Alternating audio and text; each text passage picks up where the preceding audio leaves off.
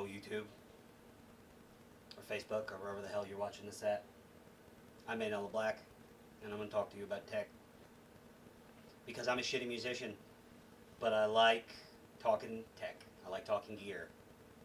So I make up for my lack of musicianship with talking about the stuff that I have, making myself sound slightly like I know what I'm doing.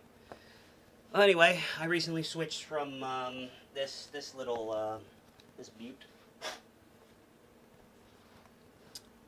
MXR bass dealer. Just let that focus. Focus. There we go.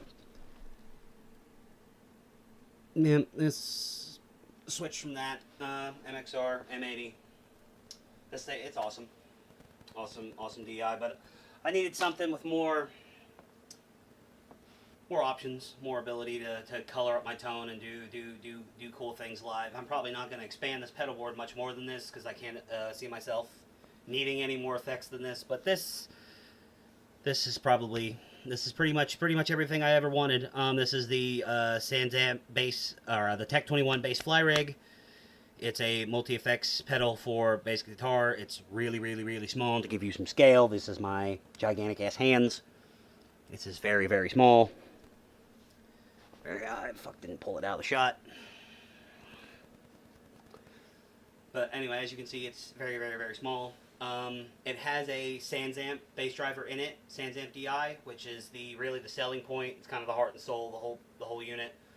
As you can see, I go out here of my XLR out, and that's how I send myself to the rig we use. Yeah, this is pretty much the gold standard when it comes to bass DIs and even to overdrive and distortion pedals. I know dudes who buy these just to use them strictly as distortion pedals and never bother with the DI because the circuit in them is that good. It sounds awesome. But it's got a boost, it's got a compressor, it's got an octafilter with a fuzz on it, it's got chorus, it's got everything. And then up here I got this MXR microflange, and we'll get to that in a second. But so usually my tone comes from this. So first of all, compressor is always on. Really helps keep the noise down. Helps clean up the tone. So that's my clean sound. My clean sound is pretty much the compressor is always on, and usually also the chorus is always on. I very rarely turn it off.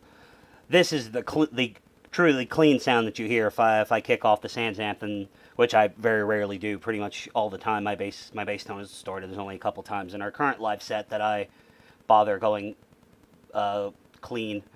That's the next layer. 9 times out of 10, playing live, these are the 3 effects that are always going to be on. The Sansamp, like I said, it's the distortion circuit. It's also got the preamp on it, and that's how I really shape my tone. As you can see, nothing is extreme in any conceivable way. If you can see it from where the camera is. None of my levels are particularly extreme. My highs and lows are boosted. My mids are pulled back just a bit, which is actually a new thing, for me, because I usually don't pull my mids out, but with this thing I kind of had to, which isn't a big deal. Mostly because I try to avoid click. I know some dudes like click in their tone, like the kind of Steve Harris kind of thing, but I'm just not into it, so I try to avoid it as much as possible. But yeah, drives in the middle, characters pulled back just a smidge. Nothing. It's very middle of the road. But just because the sound I go for is I want just a big, thick crunch. That's kind of how I want my bass tone to be perceived. That's what I try my best to go for. When I need to color things in, I'll use the octafilter, mostly as a fuzz.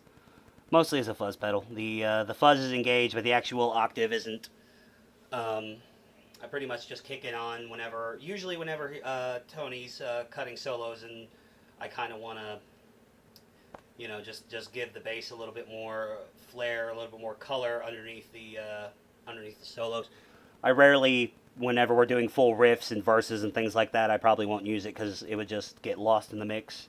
It just doesn't seem necessary at points like that. And then another little color option is my MXR microflange, which I kick on just whenever. It's a flange pedal.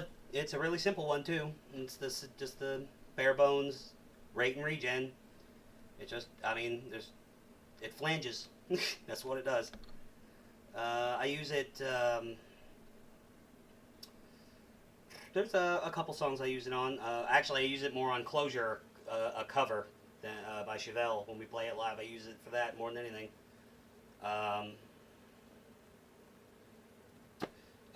Just to color up that part of the song where I'm just playing that root note and I'm just like sitting there for 30 straight seconds, just joo joo joo joo joo joo joo joo. Put a little flange on that, it colors it up. But yeah, I got the whole thing is the whole thing's attached to a Voodoo Labs Dingbat. It's these came very highly recommended pedal boards. Comes with the Voodoo Lab pedal power pedal supply already, or power supply already mounted to the bottom of it. It was very, very much set and forget kind of, ready to go. Shit. Oh yeah, the boost control. I forgot to talk about that. But it doesn't really matter. It's a boost. It boosts. That's what it does. It doesn't even have anything. Yeah, it boosts about 10 dB.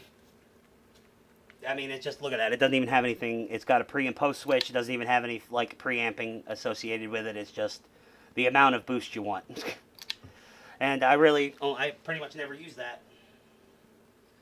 Yeah, only if the sound guy's a dick and he decides to mix me down.